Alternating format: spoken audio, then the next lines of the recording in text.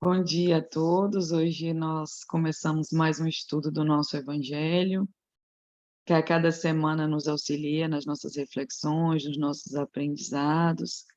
E hoje, mais uma vez, nós começamos rogando ao alto, né? Vamos pedir a Deus, ao nosso Pai Maior, a todos os espíritos que nos assistem, todas as bênçãos e proteções para esse momento de estudo, para que possam ser tirados os véus dos nossos olhos, para que possamos encontrar nos nossos corações o guia para aquilo que precisamos aprender pouco a pouco no nosso processo de vida. Possamos confiar na nosso instinto, na nossa alma que nos guia também para esse estudo, sempre na certeza de que estamos sendo auxiliados, que nunca estamos sozinhos e que toda busca para o bem é sempre abençoada. Então vamos com esse clima, com o pensamento voltado para o nosso Mestre Jesus, rogar a permissão para que a gente possa iniciar os nossos estudos de hoje. E a gente começa o estudo, como sempre, né, com a leitura de uma mensagem preparatória de Joana de Ângeles, que é uma mensagem do livro Vida Feliz, psicografia de Divaldo Franco. E aí a gente vai ver quais são as reflexões que Joana nos traz, que introduzem os estudos dessa manhã. O amor é tônico da vida. Quando se centraliza nos interesses interiores do sexo e das paixões primitivas, torna-se cárcere e deixa de ser o sentimento elevado que dignifica libertando. Examina os teus sentimentos na área afetiva e observa se eles te desarmonizam ou tranquilizam. Através da sua qualidade, detectará se amas ou apenas desejas. O verdadeiro amor supera o egoísmo e trabalha sempre em favor da pessoa querida. Ama, portanto, sem escravizar aquele a quem te devotas, não se lhe escravizando também. Eita, poder de síntese danado de Joana. É, Como não, é que não é fácil.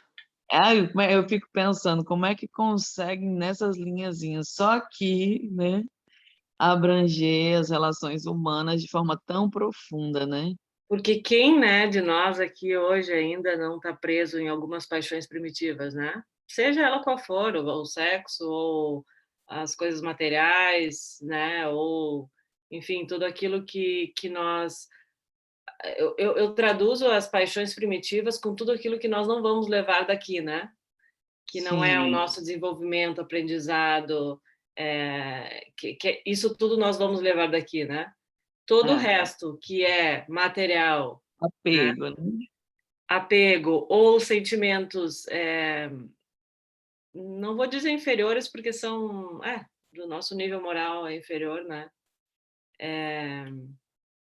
Nós também vamos levar, né? Que isso a gente gostaria de deixar aqui, mas tudo aquilo que a gente ainda não, tudo aquilo que a gente cultivou emocionalmente, a gente vai levar, né? É, é verdade, porque o sentimento, né, o amor, ele é muito ainda, a gente não consegue ainda alcançar, mas o amor, ele, como ela fala, ele não aprisiona, né? Então, o amor verdadeiro, ele está sempre tranquilizando, ele não traz desarmonização, né? E no nosso estágio evolutivo, a gente sempre Essa é a se chave. envolve, então, assim, essa mensagem, ela é um pouco um guia para a gente perceber essa desarmonização, né? Ou essa tranquilidade, essa harmonização interior, porque cada um de nós não tem ainda essa noção, mas pode se auto-observar, né? Percebendo esses sentimentos que ela fala aí, né? Teus sentimentos na área afetiva. Então, como é que estão os seus afetos, né? Como é que está dentro de você essa... Você está tranquilo ou você está desarmonizado? E aqui fica bem direcionado para a vida 2, né? Porque de alguma forma está falando ali do sexo, das paixões primitivas, né, e dos companheiros. Então, veja, você amar sem escravizar, né, aquele a quem você se devota, mas não se escravizar também. Então, assim, é próprio dilema da humanidade. Eu digo assim, eu acho fantástico, né, esse poder de chegar no grande problema realmente que a gente ainda não tem, porque as pessoas estão sempre entre essas duas, né? Nós nos colocamos ou escravizando ou escravizados, Isso. e a gente ainda não aprendeu. E a gente ainda considera muitas vezes esse escravizado, né, que seria mais ou menos o que Joana está falando aqui, mas de uma maneira um pouco menos, um pouco mais egóica, que é o amor verdadeiro supera o egoísmo e trabalha sempre em favor da pessoa amada. Só que quando a gente consegue fazer isso, muitas vezes a gente está escravizado, né? A gente Mas é ainda porque a não gente faz não isso com amor faz. verdadeiro, né? Porque a gente ainda não faz, porque não é o amor verdadeiro, né? Porque, veja, quando nós estamos fazendo tudo para o outro, né, desnecessariamente, nos escravizando, não é que a gente está se dedicando a outra pessoa, porque aqui falaria de uma maturidade, né? Todo relacionamento de casal, ele vai colocar em prova as nossas infantilidades, porque, como a gente muito conversa, né? Era para a gente ir para a relação de casal adulto, ou seja, maduro. E a gente geralmente não vai. Então, a gente não consegue, por exemplo, compreender as dificuldades do outro, que seria isso aqui o amor verdadeiro, né? Eu consigo me colocar e me sintonizar com amor perante a dificuldade do outro, perante o sofrimento do outro, perante as falhas do outro, que aí é mais difícil ainda, porque o outro, quando falha, falha comigo, e aí o ego não aguenta, né? E Ele as não nossas fica. falhas, né? Não, porque vamos supor, o outro pode ter, né? Quantos e quantos não são os casais em que, por exemplo, numa relação, um trai, entendeu? Aquela traição ali, aquele movimento ou de trair, seja no âmbito que for, né, da pessoa se sentir enganada pelo parceiro ou pela parceira. Então, ali está atuando alguma condição daquela pessoa, alguma condição difícil, porque nunca é fácil você enganar, quando você engana quem quer que seja, o peso já é muito difícil, né? Muito grande. Então, você imagina que o amor verdadeiro, ele não é egoísta. Se ele não é egoísta, ele é o quê? Altruísta. E se ele é altruísta, ele consegue se colocar no lugar do outro. E a gente não consegue, vamos combinar, né? Então, essa capacidade do altruísmo, de você sair de você. É por isso que a gente não entende, né? E eu digo, uma mensagem de Joana dessa dá para você estudar um mês. Sim. E é muita coisa importante aqui dentro. São muitas vertentes aqui, né? Ela consegue abranger, né? É como Sim. se ela desse um guia. Tá aqui, ó, né? E ela dá esse guia que cada um de nós vai ter que entrar nessas paixões primitivas, nesses desejos, né? Então, por quê? Porque se eu me envolvo numa relação por interesse, né, que seja sexual, ou que seja financeiro, ou que seja de vaidade, ou que seja o que for, aquela relação, ela tá com base em um sentimento que não é um sentimento sublime como o amor. Então, é óbvio que essa é uma relação em que eu preciso, né, do outro, porque ele está me concedendo algo que eu ainda tenho. Então, assim, é tão profundo se a gente for pegar cada frasezinha dessa, mas acho que o principal é essa coisa, né? Examina os teus sentimentos, né? Começa a observar, eles te tranquilizam, né? Ou eles te desarmonizam. Esse é o Porque nosso termômetro para tudo, né? para tudo. Se quiser, sabe? E ainda é difícil, tá? Porque tem Porque a gente vezes. não tem esse olhar para dentro, né? Não. Tem outra coisa difícil dessa coisa desse termômetro, na minha concepção. Às vezes, a gente está agindo a favor de um desenvolvimento, mas o ego fica muito mal, né, com aquela situação. Vamos supor, eu preciso tomar uma atitude madura, por exemplo, sair de uma relação, certo? Vamos dar o exemplo, já que a gente está falando de relação a dois. Então, às vezes, é preciso sair daquela relação. né? Porque não está bem, porque eu não estou bem. Se eu continuo e eu não estou bem, é porque eu estou continuando por apego, porque eu não posso dar ali. Então, vamos supor, às vezes, aquela coisa ali já está desgastada, precisando que a gente saia, e aí a gente sai muito mal, aí acha que está fazendo a coisa errada. Uhum. Não entende? Então, assim, é um termômetro que, para você ver, nem o termômetro a gente tem maturidade. Então, às vezes, a gente faz coisas que são a favor da nossa trajetória, mas fica com a consciência pesada. Porque a gente olha as coisas de forma muito superficial ainda, né? A gente vê Exato. só aquilo que a gente consegue ver e muitas vezes aquilo que quer ver, né? Às vezes a realidade é muito mais profunda que aquilo. E aí é quando a gente tem que, né, aprofundar e olhar mais para Sim. dentro e muitas vezes a gente sozinho não tem essa condição ainda, né? É bom, ajuda. É bom, o estudo do evangelho ajuda muito, né. É. E aí Aí você pega aí consegue agora a olhar para dentro, afabilidade e a sim, né? doçura lá. Não vale ler o evangelho e mostrar para o marido, né? Olha, hoje era É, para ti. muda, né. Então, vamos lá. Hoje a gente continua no capítulo 9, se eu não me engano, isso. E estamos nas Instruções dos Espíritos. A afabilidade e a doçura. Lázaro Paris, 1861. A benevolência para com os semelhantes, frutos do amor ao próximo, produz a afabilidade e a doçura, que são a sua manifestação. Entretanto, é preciso não confiar sempre nas aparências, pois a educação e o traquejo do mundo podem dar a verniz dessas qualidades. Quantos há cuja fingida simplicidade não passa de uma máscara exterior? Uma roupa cujo corte bem calculado dissimula as deformidades ocultas.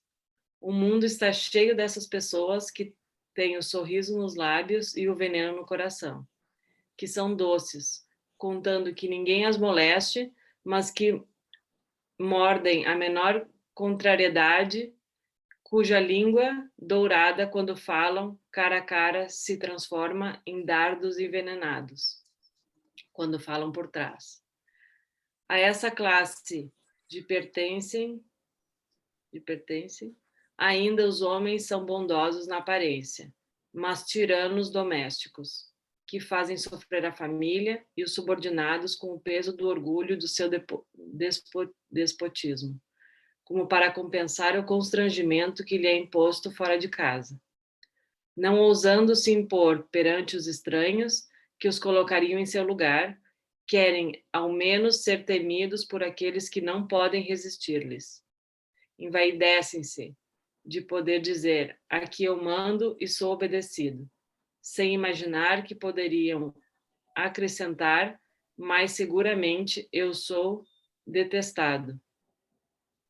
Não basta que os lábios destilem leite e mel, pois se o coração nada tem com isso, trata-se apenas de hipocrisia. Aquela cuja afabilidade e doçura não são fingidas jamais se contradiz. É o mesmo diante do mundo ou da intimidade, e sabe que, além disso, se pode enganar os homens pela aparência, não pode enganar a Deus. É, neném. A gente ainda cai no conto do vigário, vamos dizer assim, né? Que são a gente tem a tendência, inclusive eu estudo a linguagem silenciosa,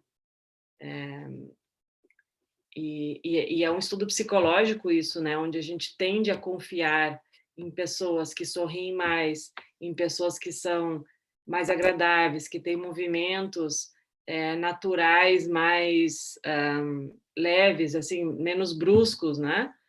Só que a gente está só olhando o exterior, né? A gente não está sentindo a intenção, né, daquela pessoa. A gente não está sentindo o que ela realmente está emanando naquele sorriso, né? Que seria a gente tentar sentir a energia, né, das pessoas e o contexto de tudo e como a gente está se sentindo numa conversa.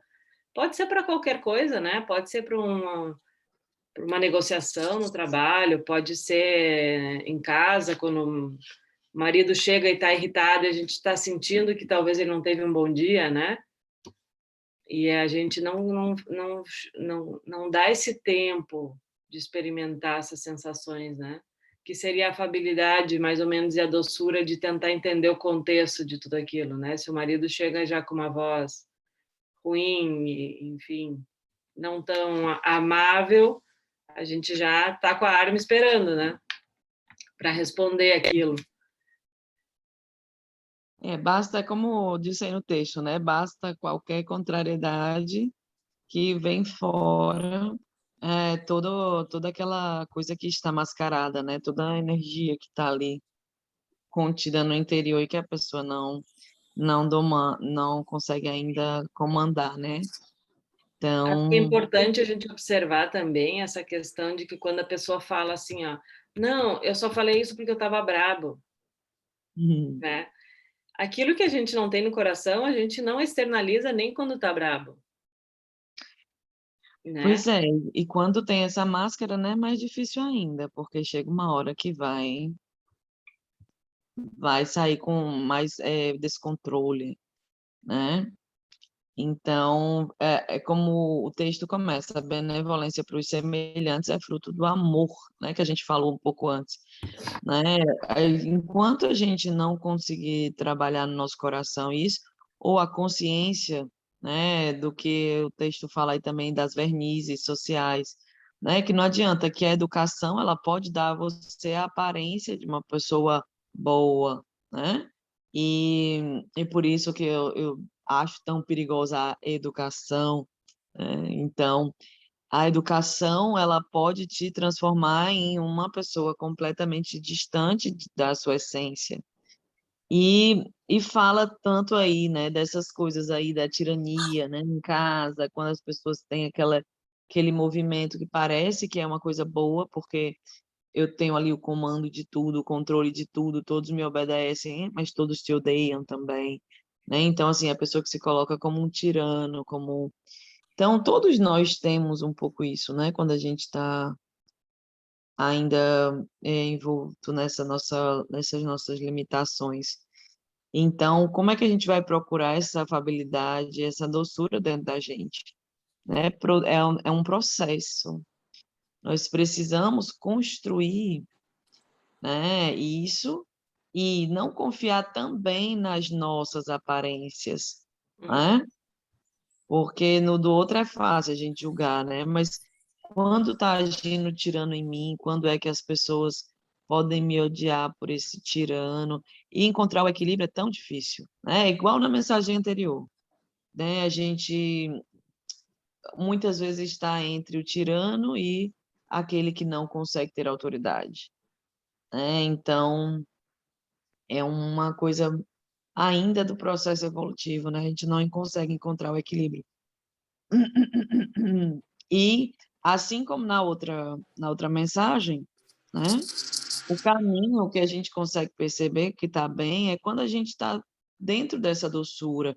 Então, a gente consegue entrar em contato com esse lado que é tranquilo, né? Ele não precisa agir de forma violenta, ele não precisa passar por cima dos outros.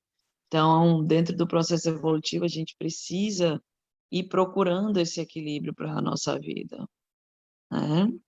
Porque senão a gente vai continuar que nem na mensagem, né? Somos doces, somos uns amores, desde que ninguém pise no nosso pé, né? E a gente Exato. vê isso na realidade muito bem. Muito equilibrado, muito sóbrio, muito tranquilo, mas se alguém botar um pezinho na frente do nosso caminho, a coisa desanda. É.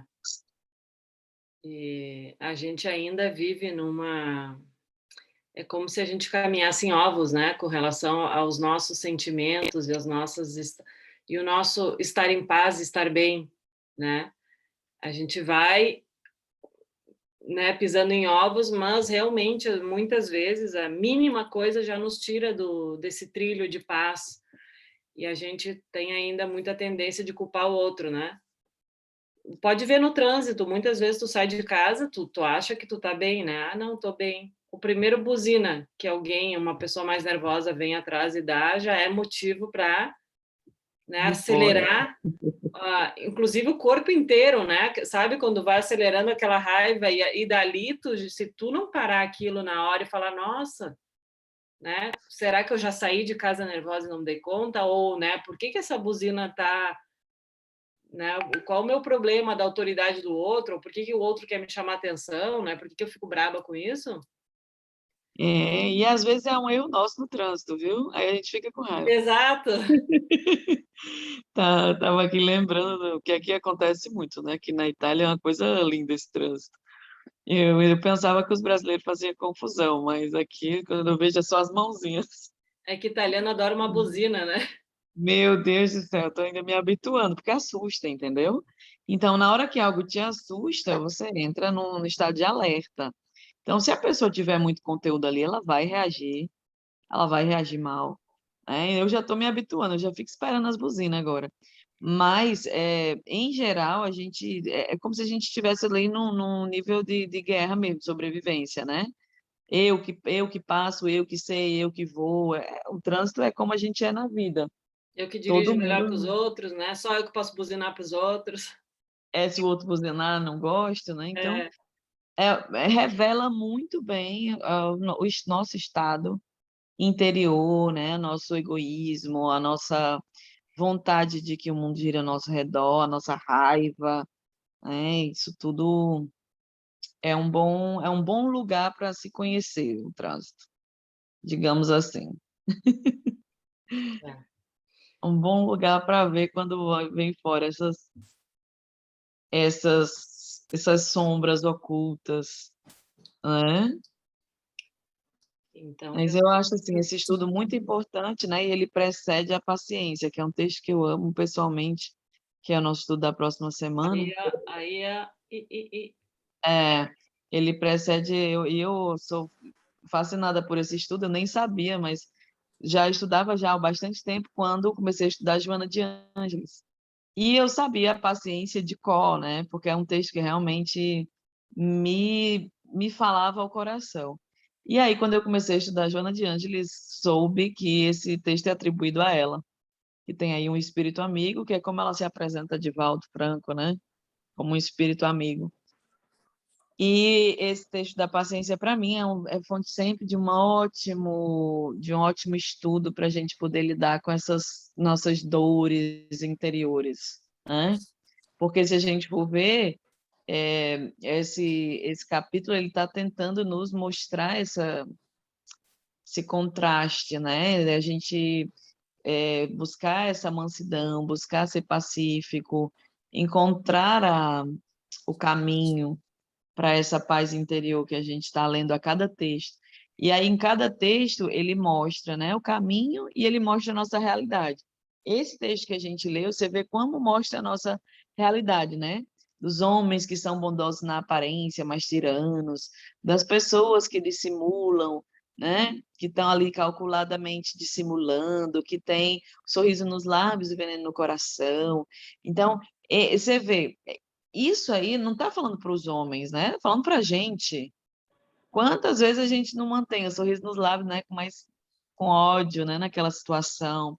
Quantas vezes a gente não está ali fazendo de bom e de afável, mas age como um tirano, sem pensar no outro, com o nosso autoritarismo a partir desses nossos medos, né? Tão arraigados. E isso provoca muitas dores, né? E aí, na próxima mensagem, Joana vem trazendo mais um grande presente, né, na mensagem da paciência para nos ajudar nessa compreensão, porque é a nossa meta, né? E a gente não pode chegar na meta sem conseguir conhecer a nossa real condição, mesmo que seja difícil entrar em contato com a nossa real condição, porque para muitos de nós, né, ou para todos nós, quanto mais a gente entra em contato que um pouco disso tudo que foi descrito está em nós, ou tanto, e a gente não via, aí a gente diz, pô, como é que eu vou administrar isso? Eu pensava que eu era bom, eu pensava que estava tudo certo, eu pensava que eram os outros que eram maus, eu pensava que o problema da minha vida estava fora, e aí a gente precisa realmente crescer poder assimilar isso tudo, né? É. É um processo que vai começar nessa encarnação e vai até a eternidade, né? A gente conhecer o nosso verdadeiro, nossas verdadeiras mazelas e trabalhar elas, porque não basta só conhecer, a gente não muda de um dia para o outro, né? É um processo Muda bem, um pouquinho, um pouquinho. porque é muito profundo ainda, né? A gente ainda tem dificuldade de ter esse olhar, né? Sem a máscara, a gente ainda, mesmo quando a gente tenta, a gente ainda tem, né? O ego que dá uma barrada nas informações, né? E tudo isso a gente vai trabalhando e uma hora a gente, pouco a pouco, a gente vai se transformando, né? É que aí que tá, pouco a pouco a gente vai se transformando. E a gente só percebe isso quando a gente olha lá para trás, né? Que a gente está fazendo esse estudo exatamente há 1 ano, mas o nosso estudo de autoconhecimento que a gente faz há 2 anos e pico, tu olha para trás e tu diz, não, realmente, alguma coisa, né? Eu já estou conseguindo ver. Mas mesmo assim é um processo contínuo, lento, e a transformação ela é de dentro para fora. A gente não precisa esperar, ela vem, né? Conforme a gente vai trabalhando e vendo, tu vai te transformando. Muitas vezes a gente tem aquela pressa de dizer, tá, mas quando é que eu vou melhorar? Tu vai ver quando tu melhorar. É o contrário, né? Segue O que que eu faço? trabalhando que as O que que mudanças eu vão faço, chegando. né? Mas o que que eu faço, né? O que que Sim. eu faço para mudar? O que que eu faço para sair disso? Eu digo, tá fazendo, né? Tá, porque a gente não tem nem consciência, caramba. Como é que quer mudar? O que eu faço para mudar é segue olhando. É, Segue olhando, segue observando, segue aprofundando. Esse é o melhoramento. Ele é automático quando ele acontece, né? Porque cada coisa que cai a ficha, digamos, que a gente realmente entende, é como uma criança, né? Que está tentando caminhar. Ela vai fazer várias tentativas, não vai? Vai tentar botar o pé assim, o pé de lado, o pé de e não vai conseguir. Vai ter uma hora que ela vai encontrar a base firme para levantar. E aí quando ela levanta, ela dá aquela primeira levantada, ela não caminha ainda, mas ela diz: "Opa, aqui, ó, agora eu entendi. O pé tem que estar dessa maneira, os joelhos assim, né?" mas ela não pensa, né? Exato, ela fez várias tentativas, não fez e não É. conseguiu? É assim que vai acontecer. E por que é de um dia para o outro que a criança caminha? Porque ela já estava fazendo várias tentativas, né? Talvez a Ela gente já não estava observou. encontrando o equilíbrio, né? Isso. A condição para aquilo. É isso, sim, é uma boa analogia, mas a gente não percebe, porque a gente não vê o quanto a criança tem um processo, né? Ela E primeiro de ficar de pé para dar os engatinha, primeiros passos e primeiro que não, ela depois para primeiro que dar. arrasta, né? Primeiro ela começa a se mover, que ela nem consegue no começo, né? Ela não Ela move o olho. tem controle nenhum dos E os movimentos são movimentos. involuntários, os que tem ainda são involuntários, né? De pernas e Aí braços. depois vai caminhar cambaleando, depois vai correr, né? Então, assim, é um processo realmente que a gente não se dá conta, né? Mas a gente quer, né? Quer o comando, porque geralmente quer se livrar da dor, né? Não aceita essa dor como um aprendizado, não É. aceita essa dor como um processo de evolução. E aí quando Aí a por gente isso que o próximo estudo, Joana, já começa, a dor é uma bênção que Deus envia aos seus eleitos, né? E por isso agora Então, me caiu a ficha dessa frase: dar o passo maior que a perna. Tem tudo a ver com isso que a gente está falando e a analogia da criança, porque se a criança quer correr antes de caminhar com bases firmes, o que vai acontecer? ela Ela vai cair. vai levar as quedinhas. Ela vai cair, vai se machucar, vai demorar talvez um pouco mais, né? Porque vai talvez se é uma pode entrar num medo, pode demorar um pouco mais para voltar a tentar aquilo de novo. E nós somos assim, muitas vezes a gente quer dar o passo maior que a perna, a gente quer fazer algo que Sim, nós ainda não temos condição de fazer, porque a sim. gente tem pressa, porque a gente quer para amanhã, né? Principalmente no processo psicológico, né? Que a gente tenta ver uma coisa e já vai súbito tentar fazer algo. Meu Deus, a A gente não ganha respeito, nem sim. consciência ainda, né? Nem, mas enfim, crianças que somos, né? É. Faz parte. Então tá, gente, com esse estudo maravilhoso, vamos encerrando então e com esse convite maravilhoso de olhar para dentro mais uma vez, de olhar para esse nosso sorriso, né? O que está emanando esse sorriso lá de dentro, né?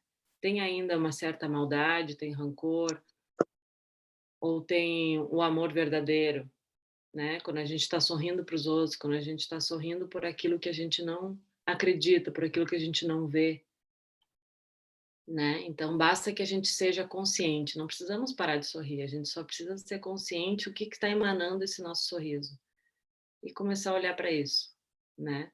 Quantas vezes eu sorrio sem querer sorrir, quantas vezes eu gostaria de chorar, né? Mas não me permito, então eu estou sorrindo.